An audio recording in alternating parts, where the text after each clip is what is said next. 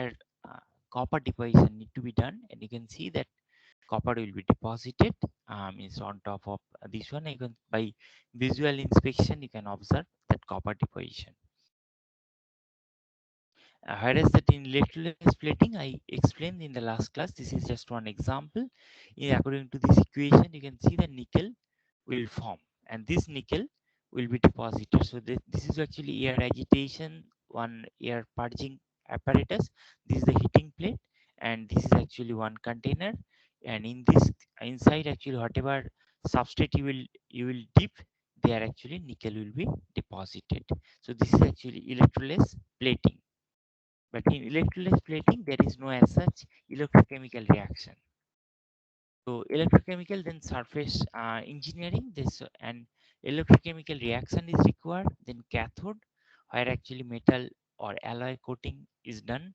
Anode, that could be soluble or insoluble, and then conducting solution, it could be ionic species, and transfer of electron.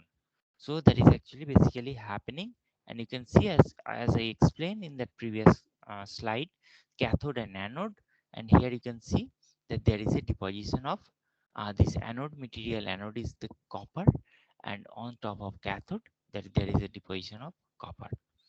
So again, the same thing.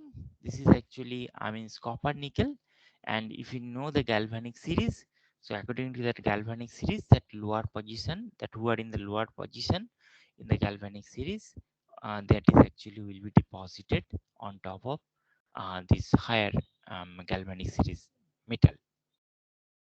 So, and sometimes actually 3 electrode electrochemical cell also is there.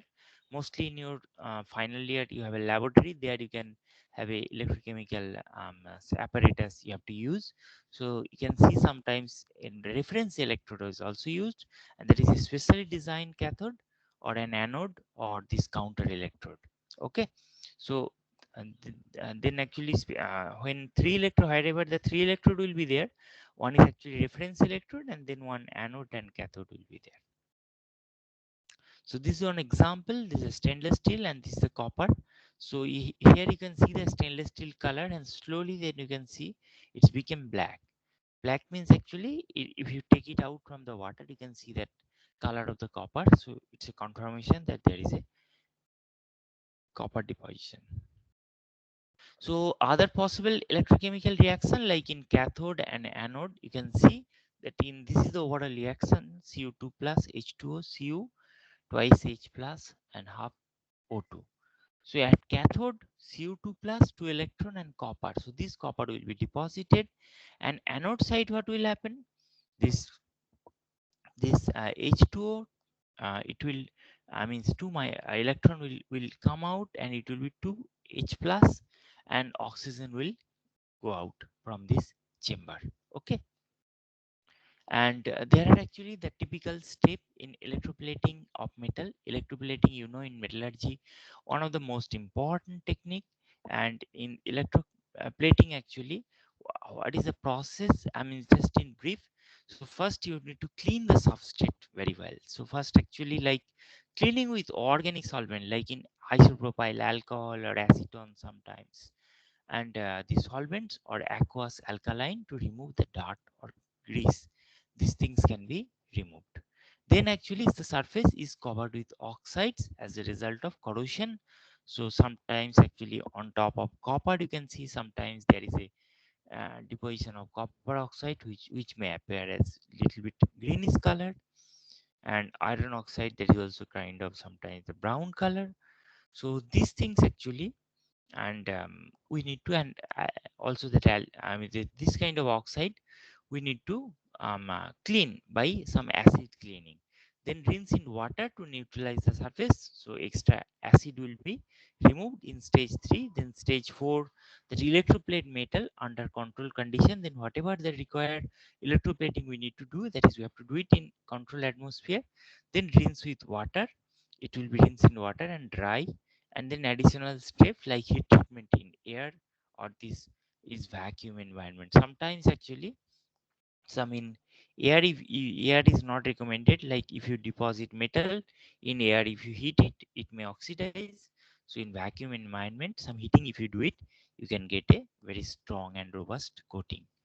So what is the job of this bath? So bath actually it provides an electrolyte to conduct electricity and ionically to make complete the circuit, provides a source of metal to be deposited, so a dissolved metal salt leading to metal ions, and then allowed that anode reaction to take place, usually metal dissolution or this oxygen evaluation. Okay, so one side the metal devaluation and simultaneously there will be oxygen evaluation. So already we have seen in that reaction, this is you can see that copper will dissolve and oxygen will evolve. That is actually at anode side.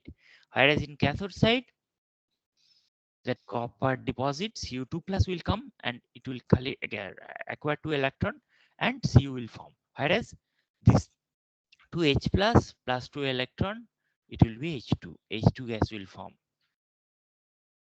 So and this weights the cathode that workplace and allowing good adhesion to take place, because this if you not wet, that is important. You can see here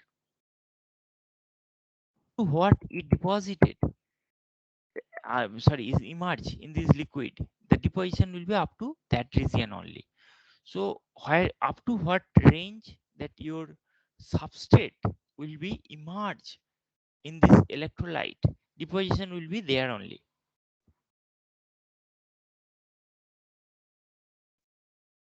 and helps to stabilize the temperature, so act as a heating or cooling bath. That is also another one purpose. So typically that this what is in bath. So actually in what nickel, so in case of nickel, so ion of that metal to be plated like nickel 2 plus added mostly as sulfate, so nickel sulfate, and then conducting electrolyte like NiSO4 boric acid or NiCl2. These are actually electrolyte, some can be used. Nickel anode dissolution promoter NiCl2, if you use it, it provides some chloride ions. Then pH buffer stops that cathode getting too alkaline. So in that purpose that boric acid need to be used, and also some additives can be used, like actually it some act as a weighter, sometimes leveler, brightener or stress modifier. So these are actually in that particular electrolyte, this material can be used in case of this nickel deposition. Now that current efficiency, that is again another one important part. So pH changes, this accompany that electrode reaction where H plus or OH minus ions are involved. So in acidic, that hydrogen evaluation occurs on the surface of cathode. Already we have seen on the cathode reaction that one side actually this metal will deposit and hydrogen evaluation, and this will result in a localized increase in pH near the surface of the electrode. So near the surface of the electrode pH will high, whereas in oxygen evaluation near this surface of anode will result in the drop of this pH, so there will be drop of the pH. Now pH buffer stop that cathode getting too alkaline. So boric acid, that is the purpose. Boric acid is being used. So these are actually very important part, and to get actually smooth deposition as well as good quality coating. So we should have this one. This some like actually pH controller, like actually is boric acid. Now this current efficiency, how do we calculate? It's the ratio between that actual amount of metal deposit MA to that calculated theoretically from this Faraday's law. That is actually theoretically MT, and MA is that actual deposition, and MA by MT multiply 100. That is actually current efficiency. And that parameter may influence this quality of this electrodeposit.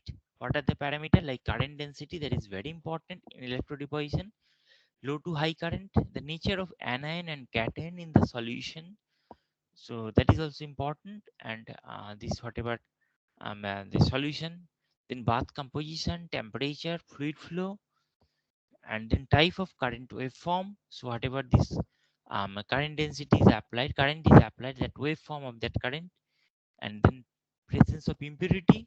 So already we have seen the range of impurity sometimes used intentionally physical and chemical nature of this substrate surface. Already we have seen how to clean the surface, and factors affecting the electrodeposition like surface preparation. This is important. If you not prepare the surface properly, you may not get good quality deposition. Physical and chemical nature of this substrate surface.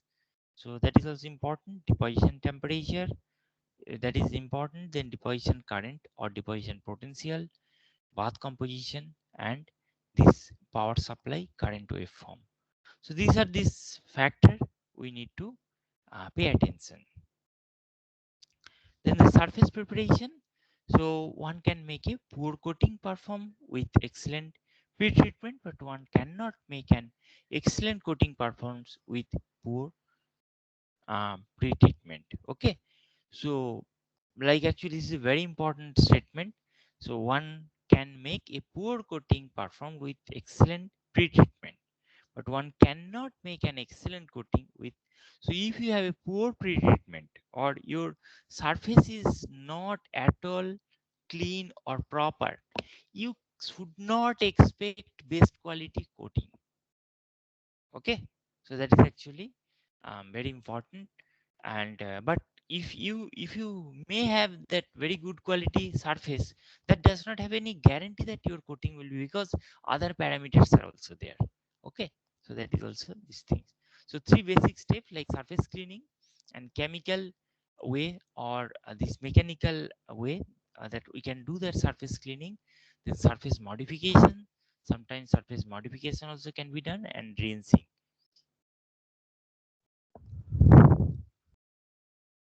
Deposition current. So current density or this deposition can make an influence on it, like current efficiency, then thickness of the deposit, structure of the deposit, and this composition of the deposit. So that means one thing is clear: current density or the current, whatever you are, that is actually very important in electrodeposition to decide this quality. This is actually one example of the nickel deposition published in a journal. So this is, you can see that three different current is being used, and you can see the morphology. It's entirely different. This is actually scanning electron microscopy morphology. So that means according to that whatever property you need and which particular morphology is responsible to that property. So that is we can achieve by tailoring this current density. So current density is actually such an important factor. Now that bath composition and additive. So this is again, then what is that one? Let's say that ingredient of a that plating bath. So that metal salt solution to provide a source of metal or metals being deposited, and various additive. These things are used. The purpose of the additive to form complex with ions of this depositing metal, to provide conductivity, to stabilize the solution, is for example that against hydrolysis, and to act as a buffers to stabilize the pH, and to modify or regulate the physical form of the deposit. So in the main ingredient in that bath, we one is metal salt solution. That is very important. Let's say the nickel sulfate for nickel solution, nickel deposit, copper sulfate for copper deposition. Another is that actually some additive. So this additive part is very important. That is already we discussed here. There are actually different additive you can see. The boric acid, then some water leveler, these things, NiCl2. So these things actually we have to use it for a smooth deposition. This is the purpose it can serve. Now the bath composition and additive. So without boric acid and with boric acid. So with boric acid, you can see that very smooth film. But wherever the big particle kind of a grain size actually with the same current. So current is the same. So two different deposition is performed, and in that case actually current is the same. But in case one case boric acid is used along with electrolyte, and another case without boric acid. And you can see that morphology change in the same scale. This is measured in a same scale. Okay. So apart from a buffer, the boric acid can that inhibit the zinc deposition and promote that nickel discharge.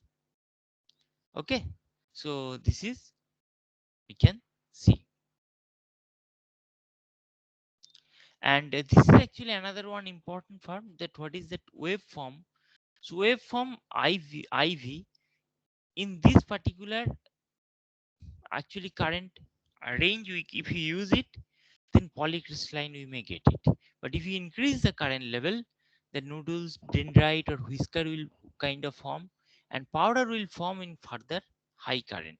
So that means current is actually very important, that whatever current we are using in electrodeposition. This is one typical example, so typical recipe, and then condition of this watt nickel, like nickel sulfate, that is 330, nickel chloride 45, that this is a concentration, boric acid is 40 concentration. So you can see the nickel sulfate is the highest, that is major electrolyte, but additional is the nickel chloride and boric acid and some various additive also being used. And then temperature 60 degree only, pH is 4, so 4 means highly acidic is maintained. Okay, because you can see the sulfate is used or chloride is used, so that's why this is actually is acidic, and current density 2 to 10 this ampere, then actually this is decameter square.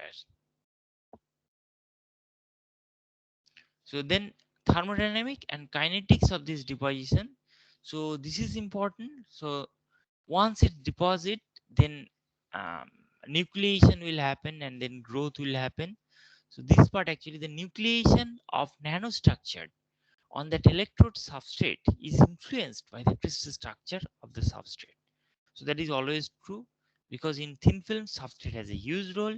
Specific free surface energy, adhesion energy, lattice orientation of the electrode surface, and crystallographic lattice mismatch at that nucleus substrate, this interface boundary. Okay, so uh, that is important. So nucleus and substrate interface boundary. So nucleus, of course, that will generate on the substrate only, and then final size distribution of the electro deposit strongly depends on this kinetics of this nucleation and growth.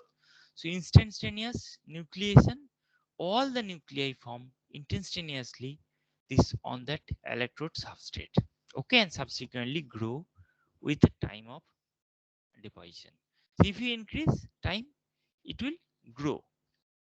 And progressive nucleation, the number of nuclei that are formed is a function of time of electrodeposition, and these nuclei gradually grow and overlap, and therefore progressive nuclei process exhibit zones of this reduced nucleation rate, this around this growing the stable nuclei. So you can assume that in this case, of course, their majority of this nucleation will be heterogeneous nucleation. Now this Faraday's law of electrolysis, so that is actually, you know, that N equal to Q by ZF, and this is unit is, this is N is mole, and Q is actually coulomb, and this is coulomb per mole. Okay, N is the amount of material, Q is that this electrical discharge, Z is the number of electron. Okay, and this F is that Faraday constant.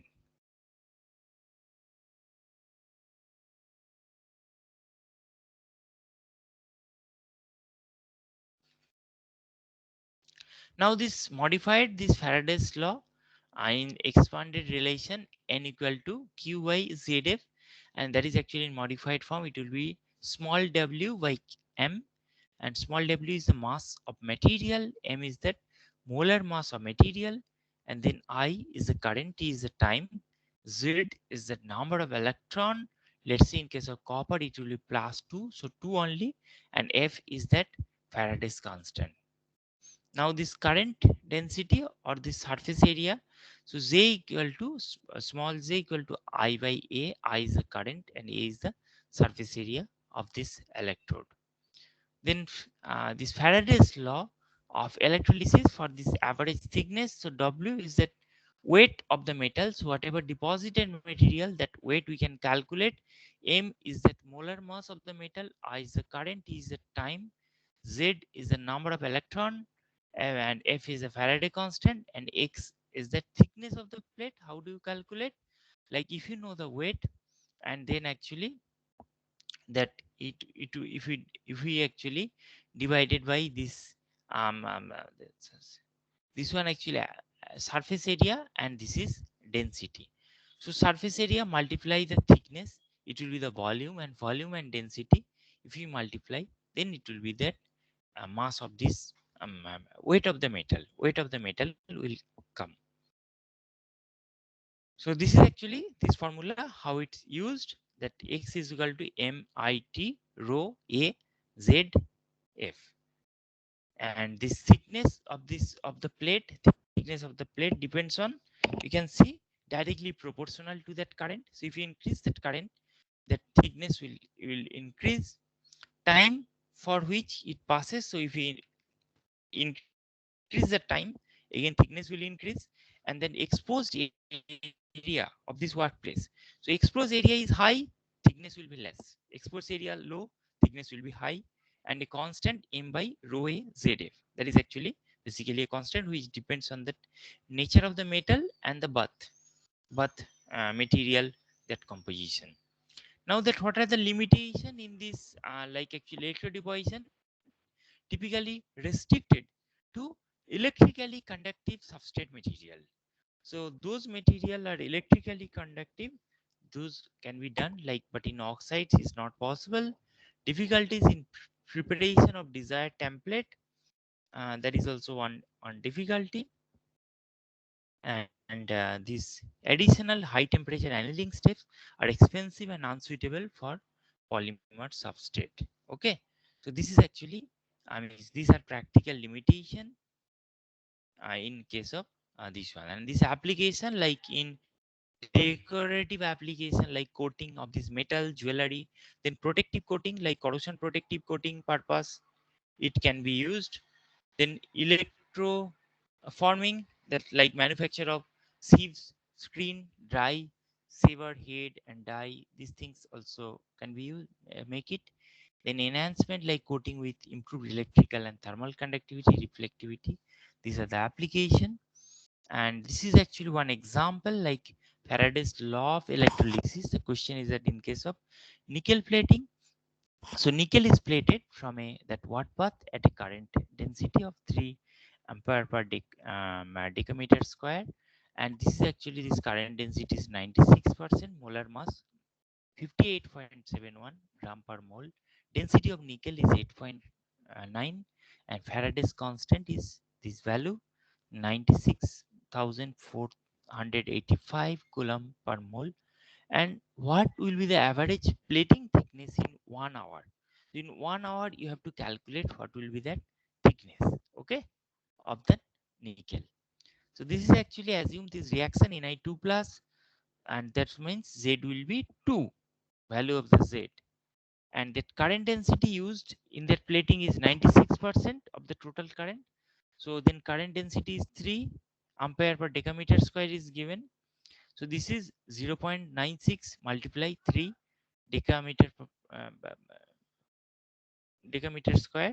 So this is actually, then average thickness we can calculate, like M already given 58.71 for nickel, 96 multiply 3, because 96% current already mentioned that here, this current 9 is 96% of the total current. Here in the current efficiency is 96%, and molar mass 58.71 for nickel, density 8.9, Faraday constant is given. So then here rho 8.9 we put it. Area, this is actually unit area 100 centimeters square. So this is actually all are in CGS unit. So that's why that is in CGS unit we put it 2. And also that you can see that, yeah, so 96.485 we put it, and then ultimate value will come in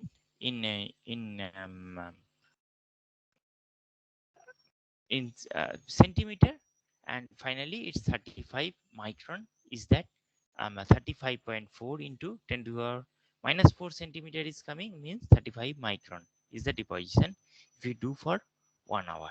Okay, so with these things I just finish it, and if you have any questions please to ask, and I'll take the attendance in the meantime.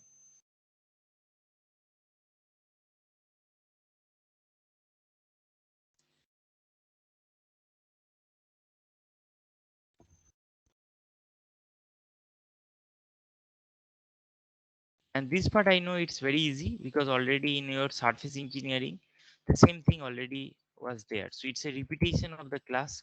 So that's why I finished a little bit faster. So any questions you can ask, otherwise we can wrap up the session.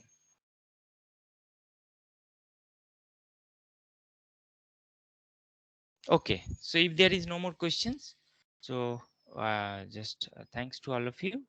Okay, bye.